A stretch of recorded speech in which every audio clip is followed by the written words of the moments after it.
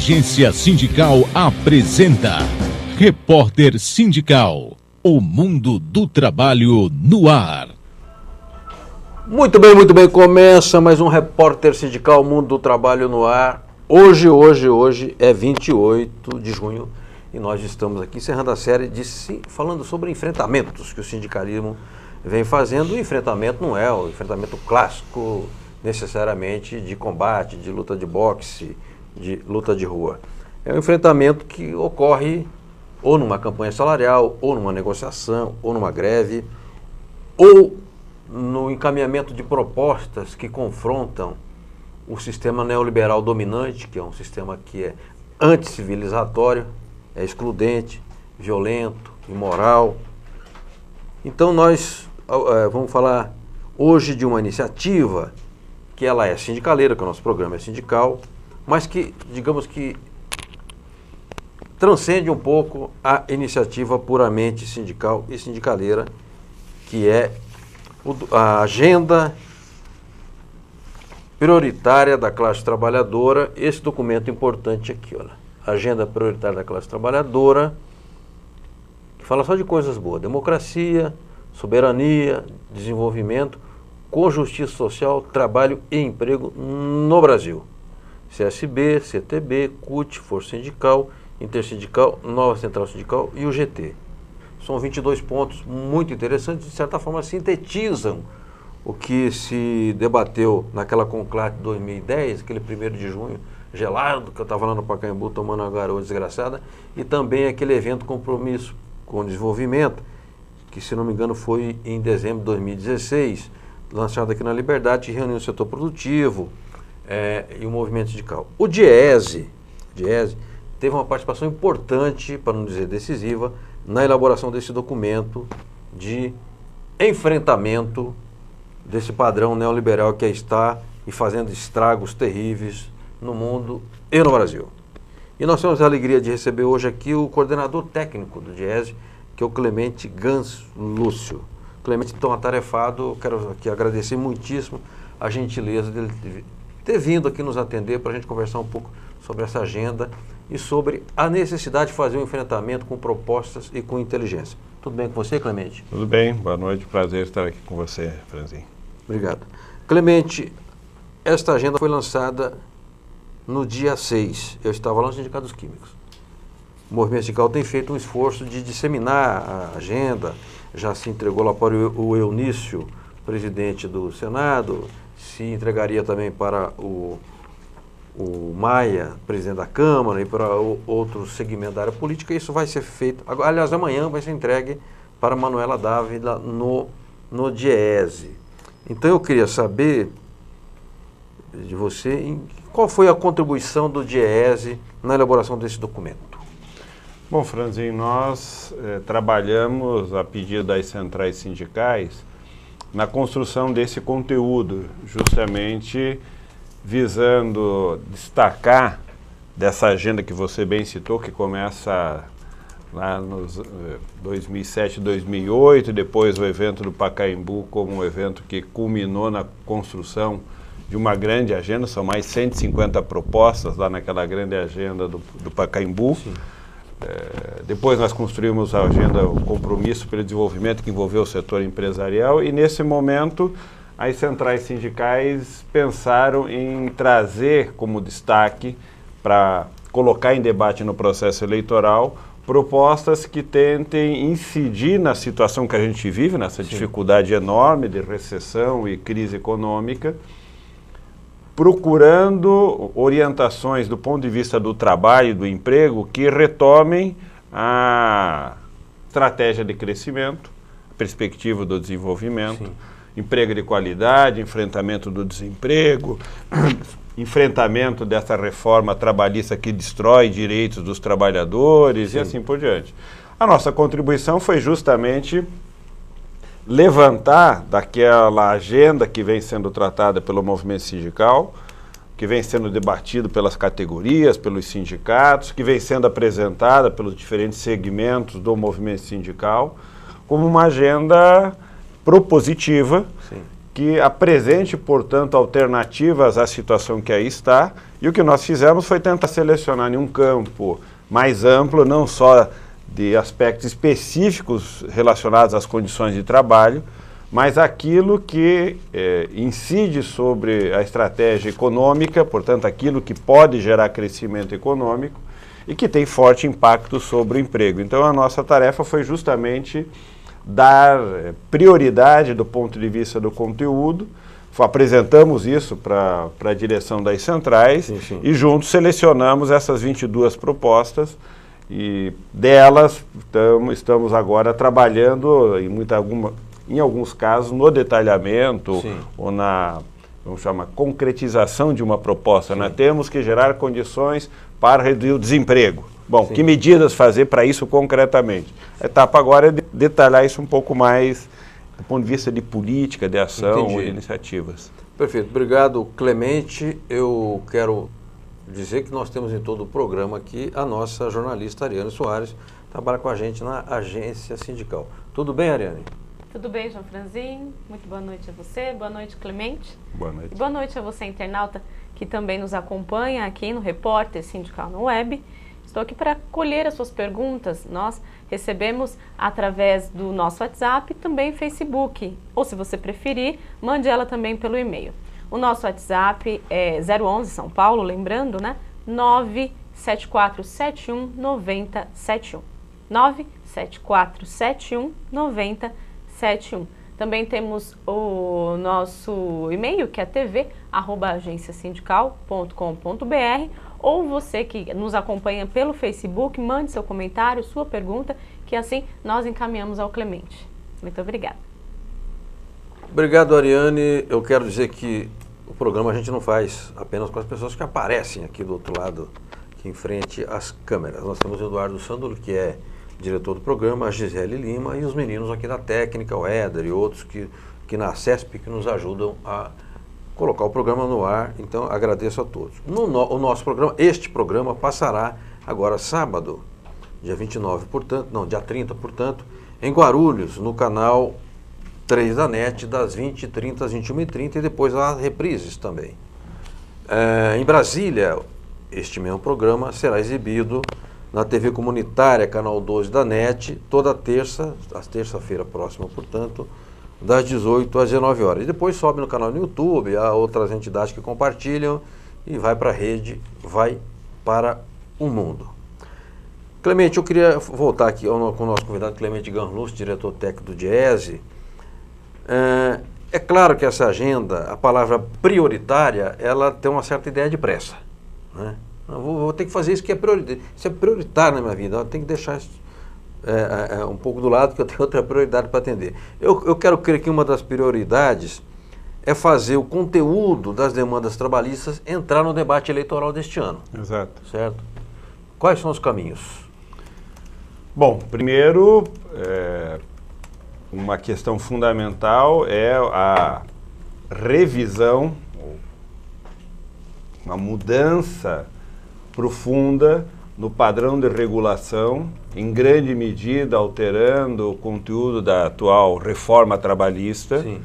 Promovendo mudanças que não só alterem o padrão que foi colocado, que é um padrão de proteção à empresa e de desproteção dos trabalhadores. Quer dizer, desequilibrando favoravelmente as empresas, ainda mais do que já era no passado, enfraquecendo os sindicatos e criando várias formas flexíveis de contrato, jornada e condições de trabalho, especialmente por meio da terceirização, que criam condições desfavoráveis do ponto de vista da qualidade do emprego e da proteção que o sindicato pode criar. Então, promover alterações nesse sentido é fundamental, e o que essa agenda procura é construir um compromisso com os candidatos de que, se eleitos, atuarão nesse sentido. Isso é do ponto de vista da proteção em relação à legislação, e a outra é a criação de mecanismos e de critérios, instrumentos que devem, em alguns casos, estar na lei, para que os sindicatos possam se estruturar de forma autônoma, com regras claras, transparentes, mas de forma autônoma, para poder realizar sua tarefa de proteção dos trabalhadores. Perfeito. Então, esses são dois compromissos do ponto de vista do sistema de relações de trabalho e do sistema sindical. E depois tem um conjunto de outras prioridades voltada para a retomada do crescimento econômico. Perfeito. Agora, você acha que os candidatos, a imensa maioria deles que dorme, acorda, toma café da manhã com o mercado, esses candidatos estarão dispostos a discutir com a gente? Olha, nós tomamos a decisão, por orientação das centrais, é isso que nós estamos encaminhando, inclusive no GES em nome das centrais, solicitando aos candidatos, a maior parte dos candidatos, a entrega dessa agenda. E aí entregar e ter uma conversa com ele. E a entrega é uma entrega de uma reunião, de um encontro, certo, no qual as centrais apresentam a agenda e ouvem do candidato os compromissos que ele se dispõe a manifestar ou a estabelecer com as centrais em relação a essa agenda. Isso nós faremos nos próximos meses. O presidente da CUT esteve recentemente numa visita ao presidente Lula, fez a entrega. Amanhã, como você disse, nós faremos a entrega à pré-candidata Manuela Dávila. E vai ser onde? Na sede do GES? Amanhã vai ser na sede do GES. Nós solicitamos aos candidatos a entrega, colocando como alternativa um encontro das centrais na sede do GES, ou na sede de uma das centrais sindicais, ou na sede que o pré-candidato tem em termos de comitê, sim, ou nenhum outro evento que ele queira. Ou seja, o local não é o problema. O que nós queremos é um encontro, a oportunidade de fazer a entrega e fazer uma conversa com os candidatos. É evidente que, conhecendo o perfil programático e ideológico dos candidatos, nós sabemos que alguns deles não têm uma propensão a apoiar, sim, esse tipo de agenda, até porque alguns deles apoiaram a própria reforma trabalhista ou têm uma visão de desvalorização do papel do sindicato. Mas, de todo modo, as centrais vão apresentar a sua proposição para todos. É o nosso papel colocar essa proposta. Não só para os candidatos ao Poder Executivo, candidato a presidente ou ao governo do Estado, mas nós também entregaremos essa agenda a todos os parlamentares hoje do Congresso, sim, deputados e senadores, e estaremos orientando ao movimento sindical para que o faça também nos estados. Ou seja, que essa agenda possa ser entregue aos candidatos nos estados e que compromissos também possam ser construídos naquele estado, naquele local, visando justamente materializar essa agenda, porque ela contém inúmeras propostas que os governos estaduais, inclusive as prefeituras, podem tomar iniciativa em termos de implementação. Perfeito. Obrigado, Clemente. Nós temos agora algumas perguntas. Eu queria já passar para a nossa Ariane Soares, que encaminhasse a primeira pergunta ao Clemente Ganslúcio, diretor técnico do GES. Pode ser? Podemos. Vamos dar início então com a pergunta do Adilson Araújo, presidente da CTB, mandou pelo WhatsApp e ele diz assim: o movimento sindical sofre forte ofensiva e a reforma trabalhista é a principal arma para quebrar a estrutura sindical brasileira. Hoje fala-se em reestruturação diante de tal realidade. Quais seriam os caminhos? Bom, Adilson, a reestruturação sindical é uma resposta que começa a se organizar, se desenvolver no seio sindical, visando justamente construir uma alternativa a esse desmonte, a toda essa operação que enfraquece os sindicatos e que tira poder dos sindicatos na sua representação. Então, a reestruturação visa, simultaneamente, voltar-se à origem sindical, que é promover a associação entre os trabalhadores, uma associação do ponto de vista da solidariedade para enfrentar as lutas e os problemas que eles têm nas condições de trabalho, na relação com os empregadores, e que essa associação materializada no sindicato faça do sindicato um instrumento de apoio a essas lutas. Sim, sim. Isso significa, por um lado, o sindicato se estruturar em termos organizativos a partir da base, ter um trabalho de articulação, de mobilização dos trabalhadores, de comunicação para que os trabalhadores possam ter conhecimento da realidade que vive na categoria de outros trabalhadores, conhecer e elaborar uma agenda de intervenção e de mobilização, o sindicato atuar na negociação, o sindicato atuar na intervenção do debate e das questões que estão postas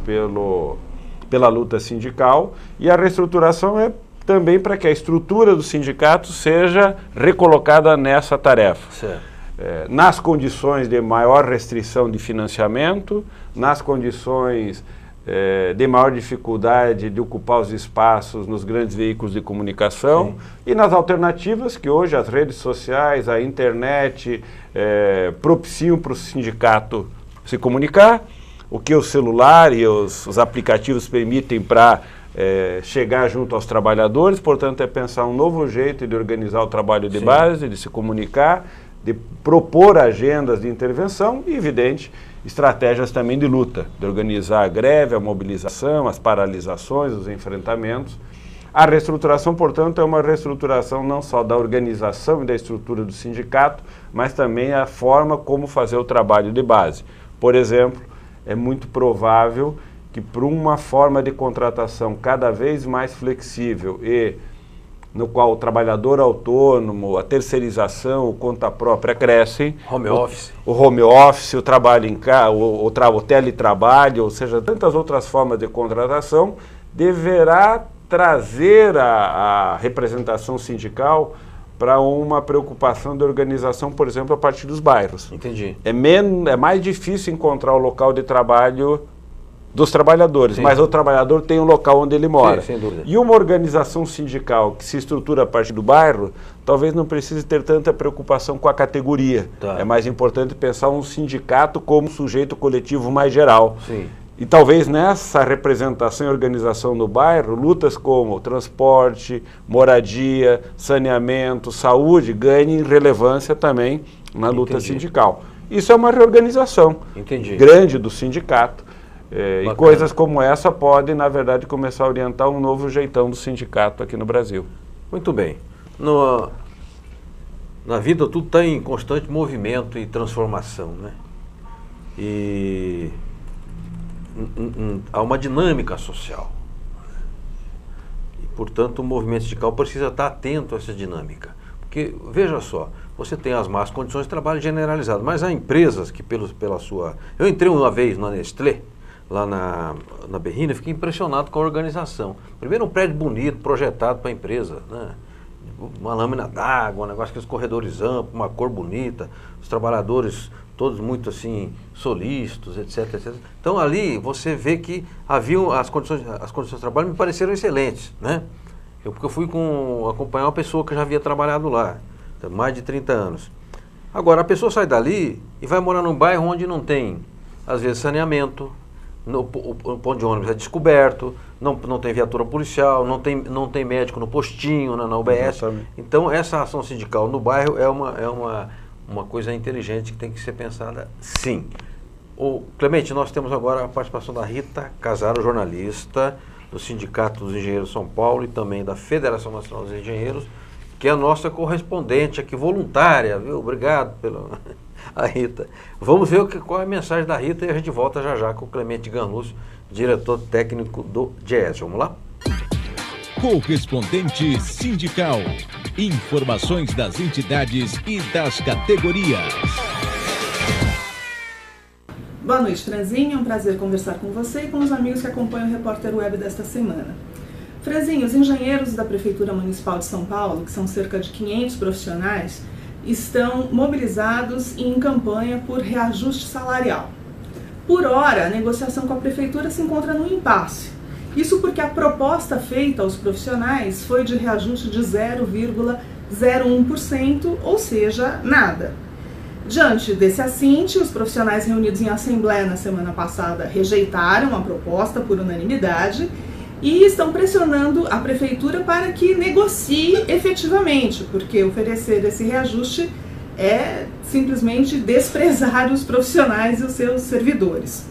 A reivindicação dos profissionais, Franzinho, é o ICV do GES acumulado desde 30 de abril de 2016, porque no ano passado já não houve reajuste. Isso soma mais de 6%, ou seja, bem distante da proposta absurda da Prefeitura. Também está na pauta de negociação o cumprimento do salário mínimo profissional, que é previsto em lei, o piso da categoria, equivalente a 9 salários mínimos vigentes no país. E também faz parte da luta dos profissionais, aí não da campanha salarial, mas a mobilização inclui esse item fundamental, que é derrotar definitivamente o projeto que cria o Sampaprev. Depois de uma forte mobilização, o projeto foi retirado de pauta por 120 dias no final de março, mas a ameaça persiste. Então os profissionais estão atentos, mobilizados, e a luta unitária vai seguir para eliminar essa proposta definitivamente. Por fim, além de lutar pelos seus direitos legítimos, Franzinho, os engenheiros estão dedicados a uma questão muito importante. Eles estão fazendo um levantamento dos riscos iminentes na cidade de São Paulo, de acidentes que podem acontecer, de problemas sérios de segurança aos quais a população está exposta. Farão um levantamento desses principais problemas. Isso vai ser encaminhado à prefeitura com propostas de soluções para garantir segurança à população, a todos nós, enfim. A cidade de São Paulo é gigantesca e tem precariedades. Falta estrutura, falta corpo técnico, faltam condições de trabalho para o corpo técnico disponível. Então os engenheiros vão levantar esses problemas todos e apontar soluções para que a prefeitura tome os cuidados necessários com a população paulistana. É isso, Franzinho. Muito obrigada e um abraço. Correspondente sindical. Informações das entidades e das categorias. Rita Casaro, eu e nós é que agradecemos. Muitíssimo obrigado. Abraço ao Murilo, ao Palmezan, a tantos companheiros que temos no Sindicato dos Engenheiros. O Eduardo, implacável diretor, nos diz, eu diria mais, que manda, e fazemos as perguntas, né? Ariane Soares, faz logo umas 15 perguntas para o Clemente, faz favor. Podemos fazer? Temos 15, mas vamos lá. Ricardo Pauletti mandou uma pergunta agora pelo Facebook, e ele diz assim, são 22 pontos... Jornalista, Ricardo Pauletti. Jornalista, sim. São 22 pontos na agenda. As centrais ou o Diese pensar em fatiar cada um desses pontos em mensagens, posts, mini cartazes específicos para reforçar cada item? Na massificação, né, então. Exato. Nós devemos fechar entre essa semana e semana que vem com as centrais sindicais a transformação dessa agenda em um material de divulgação, de massificação.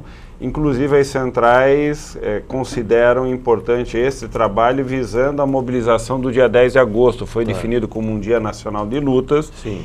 É um dia para tornar essa agenda também conhecida para o movimento sindical e um dia para apresentar propostas alternativas que materializem essa agenda. Seja propostas para como traduzir essa agenda em medidas políticas concretas, seja também um material para materializar o diagnóstico que está por detrás dessa agenda. Quando a agenda fala criar frentes de trabalho que enfrente o problema do desemprego, nós pretendemos dizer, são 13 milhões de desempregados, são quase 28 milhões de pessoas subocupadas, ou seja, dar números que quantifiquem a situação que está sendo denunciada por meio de uma proposta de resolver um problema. Então, sim, o material deve ser, nos próximos dias, disponibilizado, traduzindo essa agenda em conteúdos mais detalhados do ponto de vista do diagnóstico e também do ponto de vista das propostas para enfrentar os problemas que estão destacados na agenda e que são apresentadas como enfrentamentos que precisam ser superados por meio de políticas, ações, programas, iniciativas dos governos e também da iniciativa privada. E que de repente pode começar a ser implementada a agenda por algum lugar, pode ser por um estado, né? Por um município grande, não é? Exatamente. Bom, inclusive não precisa... A agenda se propõe a ser uma agenda também de intervenção imediata, ou seja, a ideia é de que o movimento sindical tome a iniciativa de procurar as prefeituras, por exemplo, os governos estaduais, o Congresso Nacional, para tomar medidas. Por exemplo, o governo federal, o Congresso Nacional poderia imediatamente dar tratamento a uma legislação que melhorasse a contratação de obras públicas. Sim. Por um lado, dando mais transparência, melhor governança, um processo mais ágil para o processo de contratação É uma medida que podia ser imediatamente encaminhada. O Congresso Nacional poderia também aprovar a liberação de recursos que já estão no orçamento, para que são quase mais de 60 mil obras públicas no Brasil paralisadas.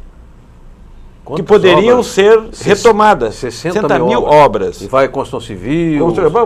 Boa parte. Pode ser desde uma pequena ponta, o conserto de uma estrada, quanto uma grande usina hidrelétrica. Ou seja, nós temos várias obras paralisadas que, se fossem retomadas, cujo projeto já foi aprovado e não foi iniciado. Sim. Projeto que já foi iniciado e não foi concluído. Projeto que está paralisado por algum motivo. Tá. Ou seja, destravar isso e retomar a obra gera emprego rapidamente. Sim. E também gera uma eficiência econômica com o gasto público. São medidas que podem ser imediatamente implementadas e que têm efeito importante para a redução do desemprego. Portanto, não é uma agenda só para pensarmos o processo eleitoral, é uma agenda para intervenção imediata, com propostas, inclusive, de solução que podem ser implementadas pelo Poder Executivo, pelo Poder Legislativo, no Estado, na cidade ou na União, imediatamente. Perfeito. Eu queria, antes de chamar a reportagem que o Eduardo está indicando, né, chegou a hora, só fazer um comentário sobre aquilo que eu considero essencial na agenda, que é a classe trabalhadora, através das suas entidades, das instituições que auxiliam as entidades sindicais, como o DIESE, por exemplo, de propor uma saída para o Brasil. Eu aqui não sou teórico de nada, mas há um esgotamento da elite brasileira. A elite brasileira, além de roubar, ela tem pouca capacidade de roubar, saquear a nação, entregar riquezas para o estrangeiro. Ela perdeu a sua capacidade, é uma elite vagabunda, desqualificada. Então nós precisamos, de baixo para cima, apresentar propostas e dizer para esses caras: você não mora em Miami, não, você mora aqui em São Paulo, você mora em Goiânia, você mora, sei lá, em Vitória, você tem que assumir compromisso com a sua terra, com a sua gente. E nós temos propostas, sim, que são boas para o conjunto da sociedade e, evidentemente, que são boas para os trabalhadores. Então, eu considero que a ideia política do movimento sindical apresentar saídas para o Brasil é uma ideia importante e que tem que ser conhecida e reconhecida por todos. Edu, nós temos reportagem, olha, é mais ou menos ao encontro disso, porque a força sindical está fazendo uma série de debates com presidenciáveis, né? Porque se não houve ainda a convenção partidária, o sujeito não é candidato ainda, depende da homologação pela convenção partidária. E dois já estiveram lá na força, que o Ciro Gomes, pré-candidato pelo PDT, e o Aldo Rebelo, pré-candidato pelo Solidariedade. Há uma matéria, a gente vai assistir, daqui a pouco a gente volta com o diretor técnico do DIESE, Clemente Ganlúcio, encerrando a série Sindicalismo e Enfrentamentos. Enfrentamento do quê? Enfrentamento do projeto neoliberal que não serve ao povo brasileiro. É só andar na rua de São Paulo e ver a quantidade de mendigos, gente dormindo na rua, gente pedindo esmola, e aumenta homicídio para tudo quanto é lado. Não dá. Isso não serve para o Brasil, não serve para o povo brasileiro, especialmente para os trabalhadores. Temos que enfrentar isso e a agenda enfrenta. Vamos à reportagem, voltamos já já. A Força Sindical está realizando uma série de debates com presidenciáveis. A ideia é conhecer as propostas dos candidatos e incluir a pauta dos trabalhadores nas campanhas eleitorais deste ano. O primeiro convidado foi Ciro Gomes, pré-candidato do PDT. Ciro criticou a nova lei trabalhista e destacou a retomada do crescimento através da reindustrialização. O Brasil precisa retomar o crescimento econômico e, para retomar, nós temos que nos livrar de algumas ilusões que têm esmagado o debate da nossa própria inteligência. O Brasil tem que administrar uma taxa de câmbio estimulante à produção, tem que administrar uma taxa de juros estimulante da produção, e o Brasil tem que reinaugurar a prática democrática do diálogo. Assim que eu tiver a honra de assumir a presidência da República, se for essa a vontade do povo brasileiro, eu convocarei para reuniões mensais as centrais sindicais, e todas essas agendas serão colocadas com eles, que são velhos companheiros, velhos amigos, e que tem muitos pontos interessantíssimos para a gente fazer em diálogo com o mundo da produção brasileira. E essa é a síntese do meu projeto. Aldo Rebelo, pré-candidato do Solidariedade, foi o segundo presidenciável a aceitar o convite.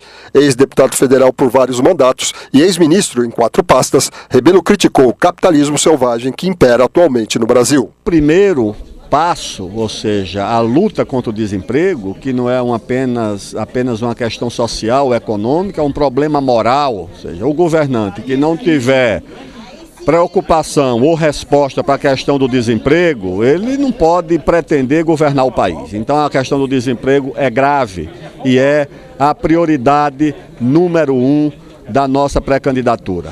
Como enfrentá-la? Primeiramente, o país precisa voltar a crescer. Não tem como gerar emprego se o país não voltar a crescer. Quanto às reformas, nós precisamos estabelecer critérios para o debate. Em primeiro lugar, o debate tem que ser democrático, não pode excluir ninguém e muito menos os principais interessados, no caso os trabalhadores. Para a série de debates, a Força convidou também Manuela Dávila, do PCdoB, Geraldo Alckmin, do PSDB, Paulo Rabelo de Castro, do PSC, Marina Silva, da Rede, Rodrigo Maia, do Democratas, o candidato escolhido do PT e Henrique Meirelles, do MDB. Muito bem, parabéns à Força Sindical pela iniciativa, que outras centrais, confederações, o Fórum Sindical também assumam essa iniciativa de fazer o debate com os presidenciáveis ou então já candidatos homologados pelas convenções. Clemente Gans Lúcio, diretor técnico de ESE, hoje nos dá a honra aqui de participar do programa. Eu agradeço novamente a sua presença e peço a Ariane Soares que encaminhe as perguntas ao nosso convidado. Pode ser? Vamos encaminhar 2 perguntas, então. Uma delas é do João Carlos Gonçalves, do Juruna, que mandou pelo WhatsApp. Obrigado, Juruna. Ele é secretário-geral da Força. Para as próximas eleições, desenha-se uma forte abstenção, voto nulo. O que o movimento sindical poderia fazer para demonstrar que o voto vale? Também temos uma pergunta da Carolina Maria Rui, coordenadora do Centro de Memória Sindical. E ela diz assim: com relação às eleições presidenciais e a agenda da classe trabalhadora, você acha que a agenda contempla o pior cenário para o sindicalismo? Em outras palavras, se nas eleições vencer um candidato totalmente antissindical, como Jair Bolsonaro ou Dória, qual a margem de resistência para os sindicalistas? Você tem um semestre para responder, tá? Bom, primeiro começar com a pergunta do Juruna. Evidente que um papel do sindicato é, primeiro, permanentemente mostrar para os trabalhadores que a história é uma história na qual a conquista do Estado de Direito, a conquista da democracia, o direito ao voto, os partidos políticos, isso tudo faz parte da agenda operária. Há 200 anos que os trabalhadores lutam por essas conquistas. O resultado disso é resultado da luta operária, da luta dos trabalhadores, a conquista de ampliar os espaços de participação. E agora o momento é de mostrar mais uma vez que a nossa retirada no processo, a ausência no processo eleitoral, a não intervenção, a desatenção ao voto, que muitas vezes o eleitor não cuida na escolha do candidato, dá nisso. Nós não podemos esquecer que essa legislação que faz a reforma trabalhista foi votada no Congresso. Sim, sim. Ou seja, os deputados que nós elegemos votaram essa reforma contra os trabalhadores. Os trabalhadores elegeram esses deputados também e esses senadores. Portanto, é hora de fazer uma revisão e destacar para os trabalhadores que eles precisam ter uma responsabilidade maior nessa escolha, porque essa escolha afetará a sua vida nos próximos 4 anos. Sim. Evidente que se essa escolha for uma escolha que resultar mais uma vez em um governo ou em um Congresso que fragiliza o poder do Estado, como foi no caso com o impeachment da presidenta Dilma, que coloca no governo pessoas que têm iniciativa e projetos que são distintos daqueles escolhidos nas eleições, a consequência é muito grave.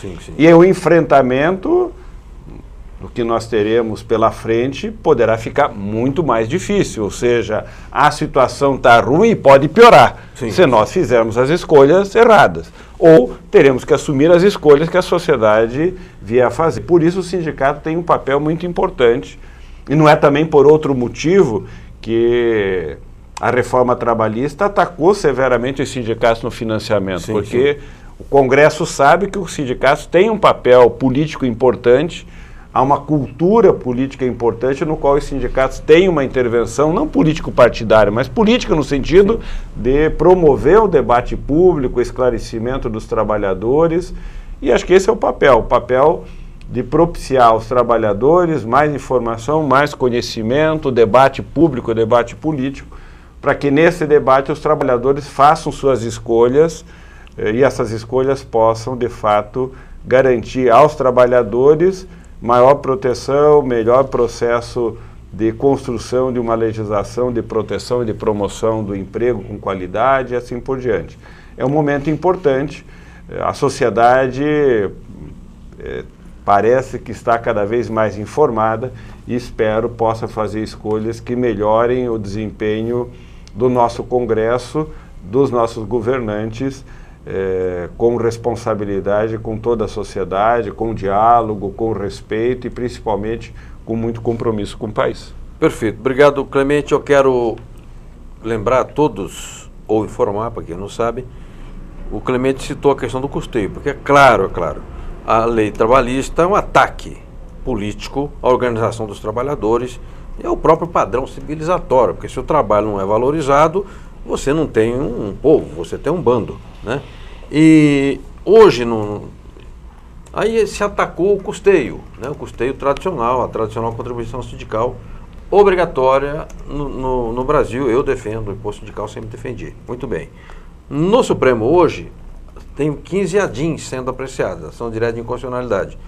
O placar são 2 itens em análise, a contribuição e também o trabalho intermitente.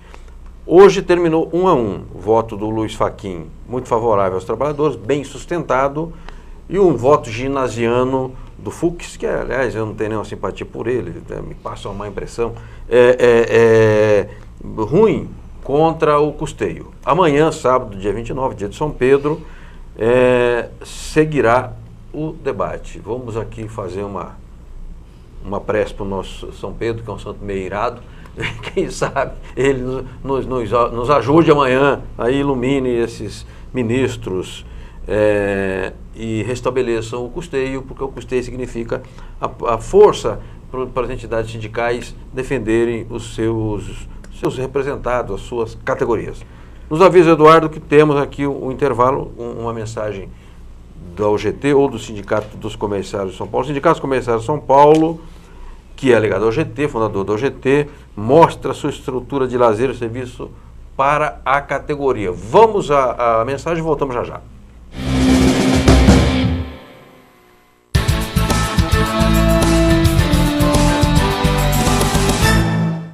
Sindicato dos Comerciários de São Paulo.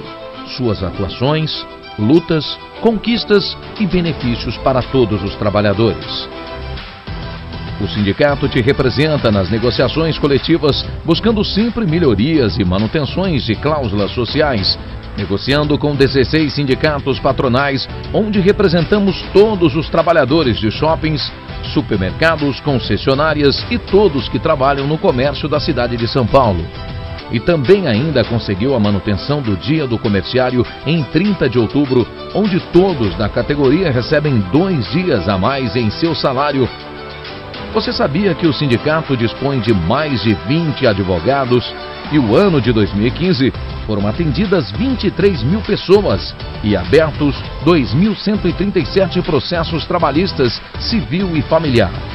O sindicato tem convênio com mais de 100 instituições de ensino em cursos e faculdades com descontos de até 50%. Isso tudo é para você, comerciário. No atendimento ao trabalhador para o benefício da aposentadoria, o sindicato fez 2.000 atendimentos e conseguiu aposentar 228 pessoas totalmente de graça. Essa assessoria é para você.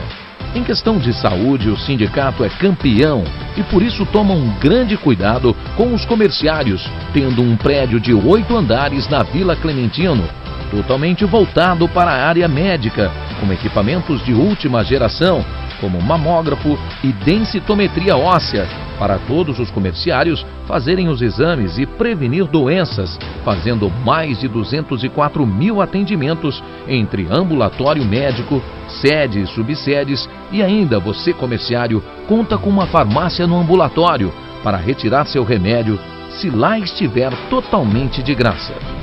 Nossa área de lazer é completa, tanto na praia ou no clube de campo, com total infraestrutura para você e sua família. Este é o seu sindicato, agindo, lutando e buscando a cada dia melhorias para todos os comerciários de São Paulo.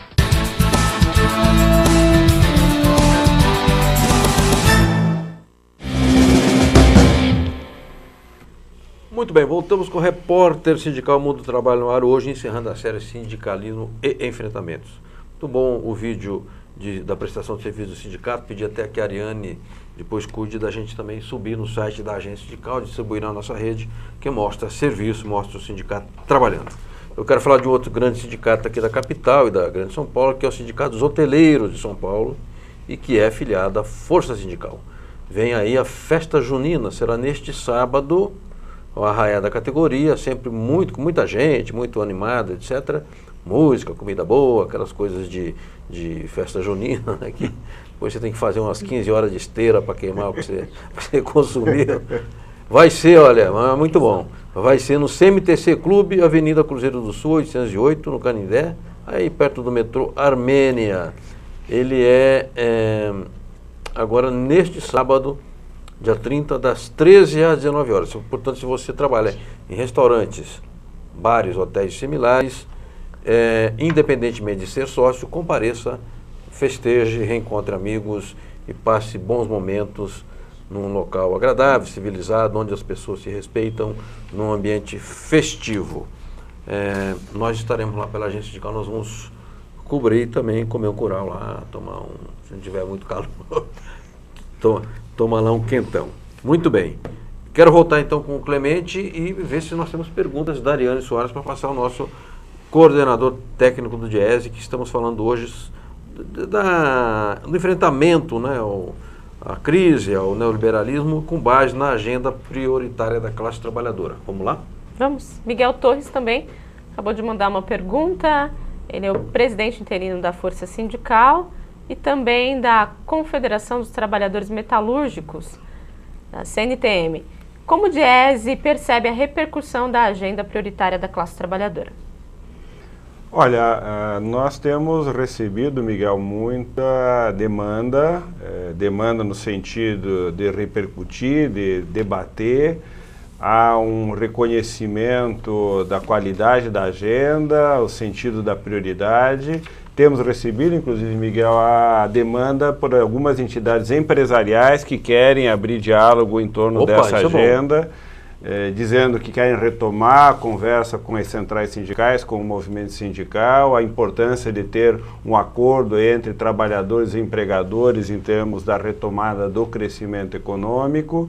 Há entidades também interessadas em conhecer e em debater, entidades que reúnem movimentos, a Rede Nossa São Paulo, o Instituto Etos, por exemplo, são dois que já se manifestaram querendo conhecer para que nós apresentemos a agenda.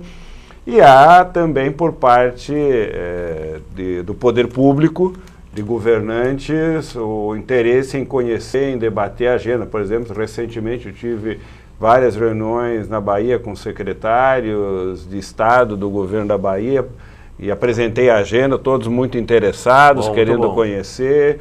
Fizemos um debate lá na Bahia também a convite da Secretaria de Desenvolvimento sobre a perspectiva do desenvolvimento regional. Levei a agenda, apresentei a agenda, todos ficaram muito interessados. E há sempre uma surpresa pelo fato de ser uma agenda produzida por 7 centrais sindicais, que têm diferenças entre elas importantes do ponto de vista da política sindical, mas que convergiram de forma unitária para uma agenda propositiva. E isso não é simples de ser feito, mostrando a competência política, a unidade das lideranças sindicais em saber a prioridade que é, nesse momento, ter unidade para apresentar uma proposta conjunta, uma proposta ousada, uma proposta com uma capacidade de intervenção forte sobre a situação presente e muito orientada pela geração de emprego com qualidade.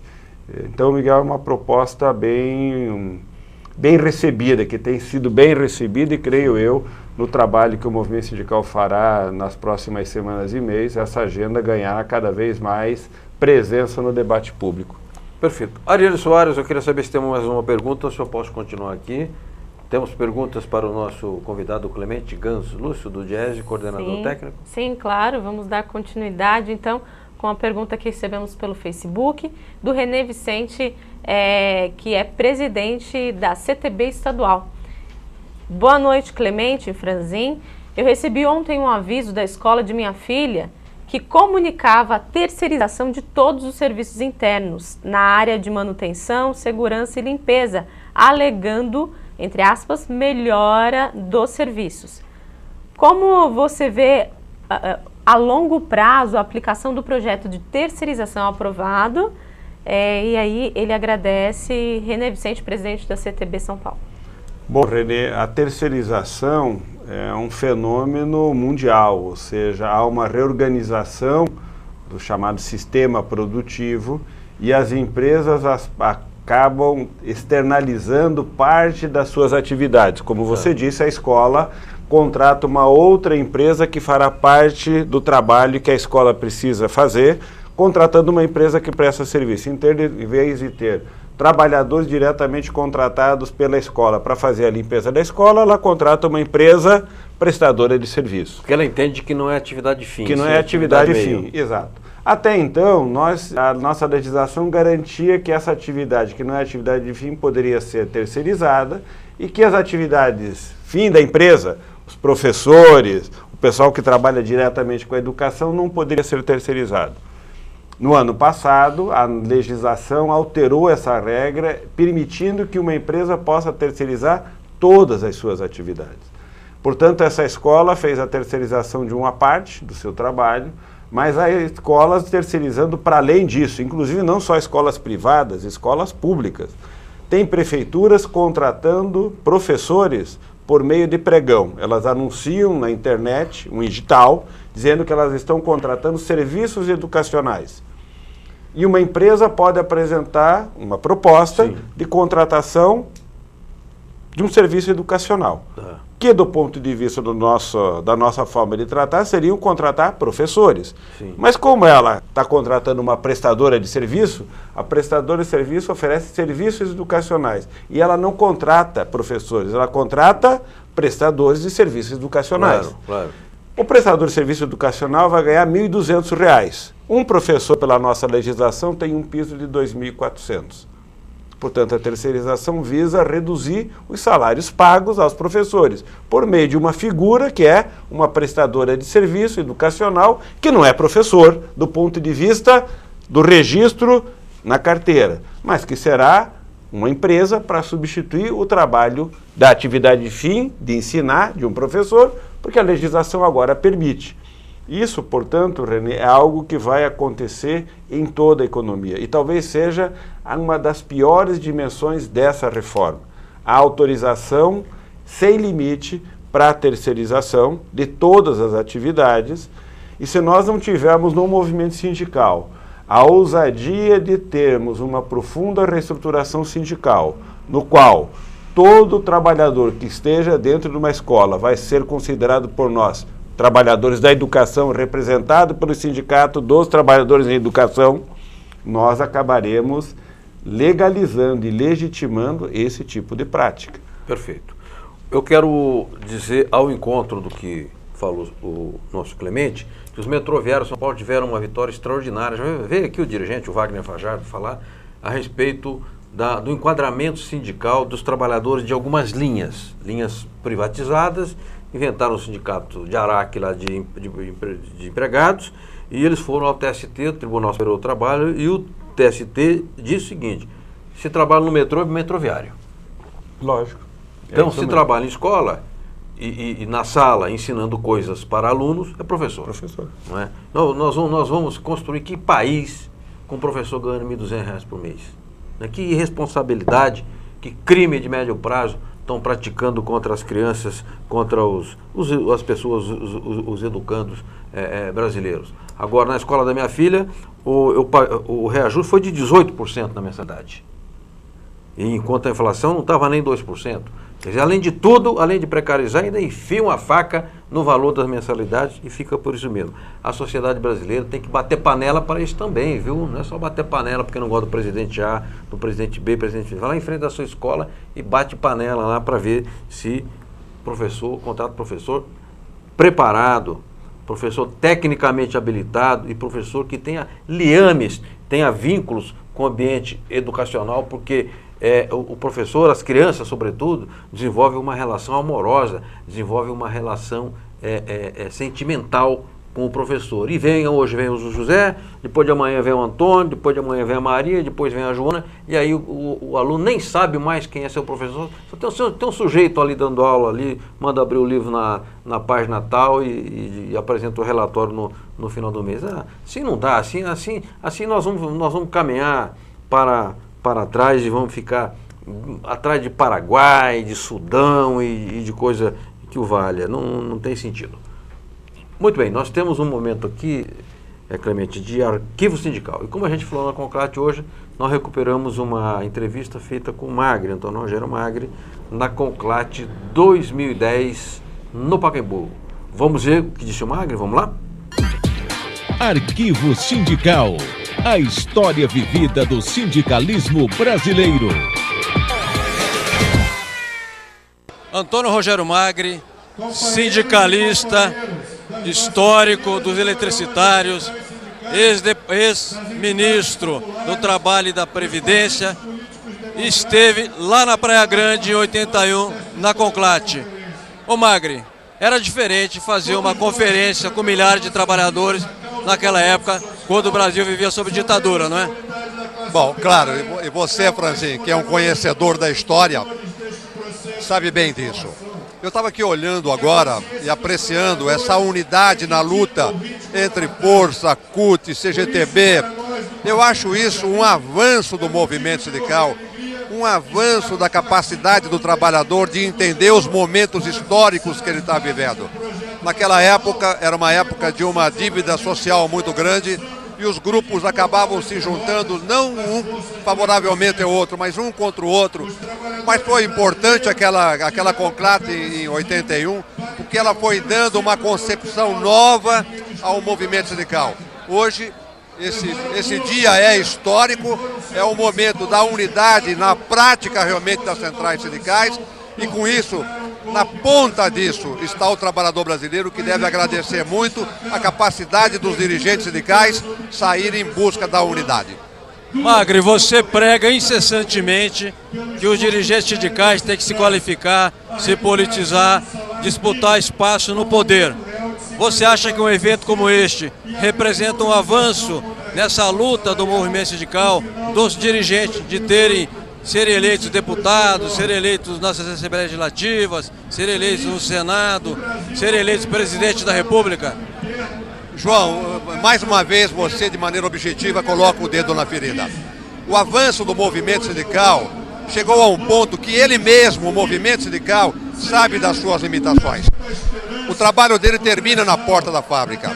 E aonde se resolve a questão da cidadania do trabalhador brasileiro é nas câmaras municipais, na Assembleia Legislativa e no Congresso Nacional. Porquanto o caminho do movimento sindical é espreiar realmente a luta do Paulinho, fazendo nas Assembleias Legislativas realmente vários deputados estaduais e a nível nacional uma representação no Congresso que possa de fato buscarmos as 40 horas e muitas outras coisas mais dos nossos direitos sociais que é nosso e nós haveremos de buscar. Arquivo Sindical. A história vivida do sindicalismo brasileiro.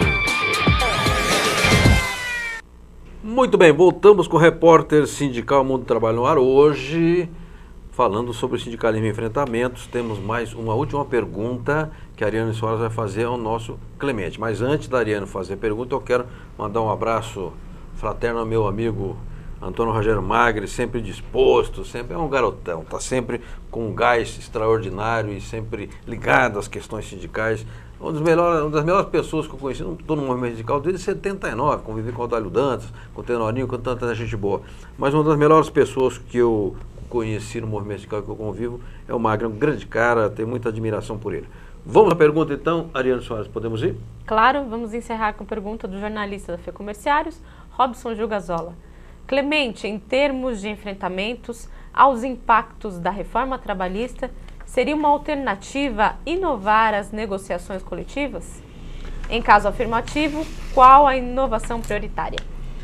Olha, Gazola, inovar as campanhas salariais, as negociações, creio que é uma tarefa importante, porque ela permite que na experiência concreta de conduzir negociações e processos de campanha salarial, nós poderemos tentar também construir o processo de reestruturação do próprio movimento sindical. Um exemplo é aquilo que os metalúrgicos recentemente fizeram. Construíram conjuntamente uma agenda comum e estratégias comuns para conduzir a campanha salarial.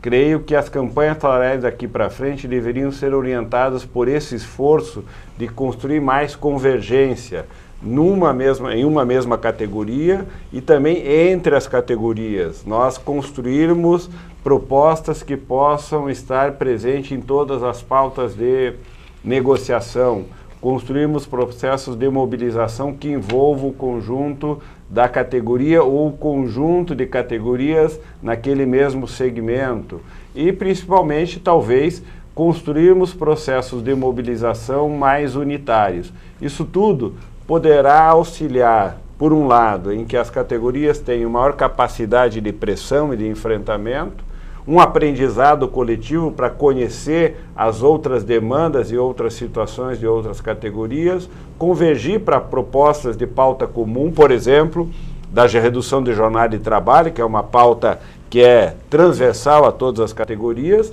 e também construir instrumentos compartilhados, por exemplo, de comunicação, de assessoria econômica, de assessoria jurídica, de organização da mobilização, que não precisam ser de cada categoria, mas que podem ser compartilhados. Então, construir campanhas salariais organizadas de uma forma e com uma inteligência voltada para esse sentido, com esses objetivos, pode ser uma inovação importante, pode fortalecer a luta dos trabalhadores e pode auxiliar de forma bastante significativa a que os sindicatos tenham ideias novas para fazer uma reestruturação que fortalece o sindicato e melhora a capacidade de luta dos trabalhadores. E, claro, contar sempre com o DIEESE. Isso é fundamental, né? Contar com o DIEESE, contar com o repórter sindical, contar com a agenda sindical, contar com o DIAP, né? Contar com essas organizações todas que trabalham permanentemente para ajudar o movimento sindical a ser cada vez mais forte. Perfeito. Clemente, hoje nós estamos fazendo aqui um programa ao vivo pela internet, depois passará em Guarulhos, Brasília, etc. Mas daqui a pouco está no mundo. Amanhã, 11 horas, será entregue a agenda prioritária da classe trabalhadora Manuela Dávila, do PCdoB, no DIEESE. Às 11 horas, será uma coisa fechada ou aberta? É uma reunião, as centrais definiram como as centrais têm feito eventos mais abertos, como esse aqui você apresentou da Força Sindical. As centrais decidiram fazer uma reunião conjunta das 7 centrais com o candidato em uma reunião mais restrita para que se possa fazer uma conversa mais aberta sobre o compromisso em relação à agenda.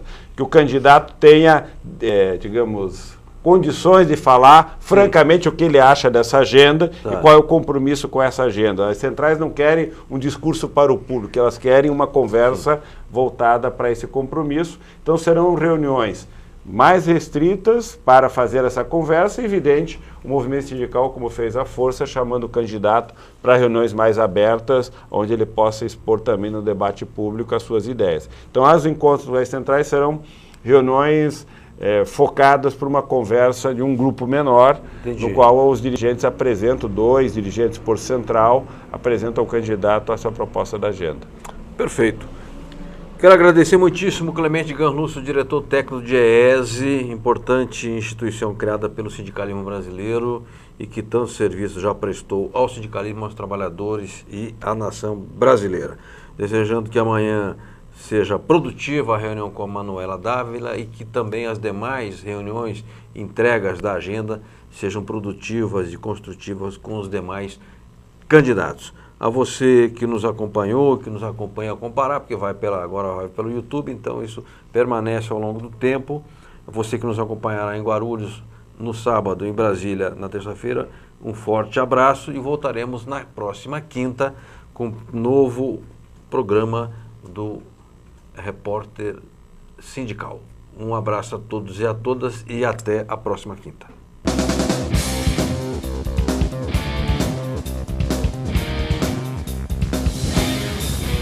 Agência Sindical apresentou Repórter Sindical, o mundo do trabalho no ar.